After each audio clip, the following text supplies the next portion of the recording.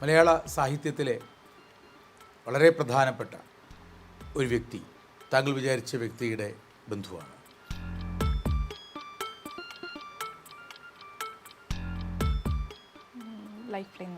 Life line yes ആണ്. മലപ്പുറം, കോഴിക്കോട്, വയനാട്, കണ്ണൂർ, കാസർഗോഡ് ഈ ജില്ലകളിലൊന്നാണോ? അല്ല.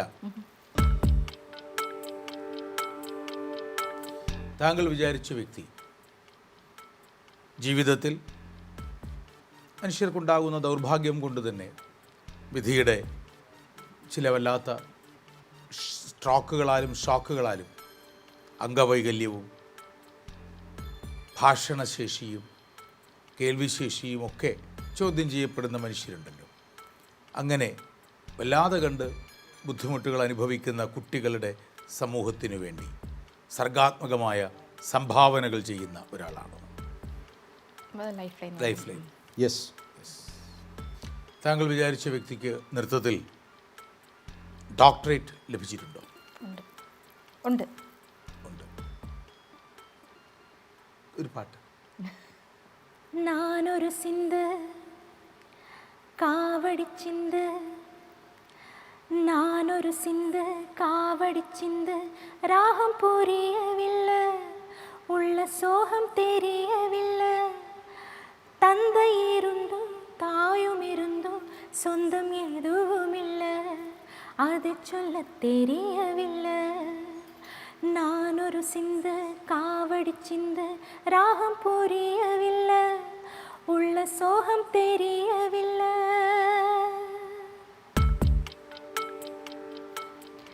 മകൻ്റെ പേര് നിവേദ്. അതെ. നിദേവ് അല്ല, നിവേദ്. നിദേവ് എന്ന് പറഞ്ഞപ്പോഴാണ് മനസ്സിൽ തോന്നിയത്. ദേവ് എന്ന് പറഞ്ഞപ്പോൾ ഒരു പേര് വന്നു മനസ്സിൽ. താങ്കൾ വിചാരിച്ച വ്യക്തി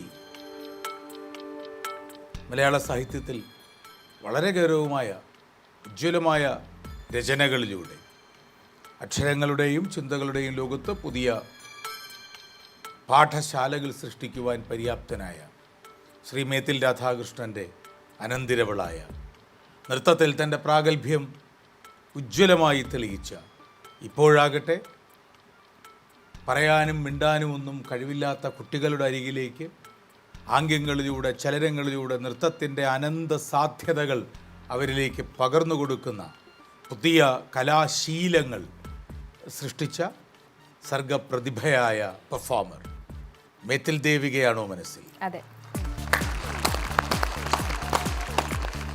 മേതിൽ ദേവിക നർത്തകി, മോഹിനിയാട്ടം കലാകാരി. പാലക്കാട് രാമനാഥപുരം മേതിൽ കുടുംബാംഗമായ ദേവിക മദിരാശി സർവകലാശാലയിൽ നിന്ന് MBAയും കൊൽക്കത്തയിലെ രവീന്ദ്ര ഭാരതി സർവകലാശാലയിൽ നിന്ന് ഫൈനാൻസിൽ MAയും നേടി. ഭാരതിദാസൻ സർവകലാശാലയിൽ നിന്ന് ഗവേഷണം പൂർത്തിയാക്കി.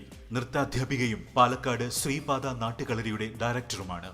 കേരള സംഗീത നാടക അക്കാദമിയുടെ ഡയറക്ടർ ബോർഡ് അംഗമായിരുന്നു. കേരള സംഗീത നാടക അക്കാദമി പുരസ്കാരമടക്കം നിരവധി പുരസ്കാരങ്ങൾ നേടിയിട്ടുണ്ട്.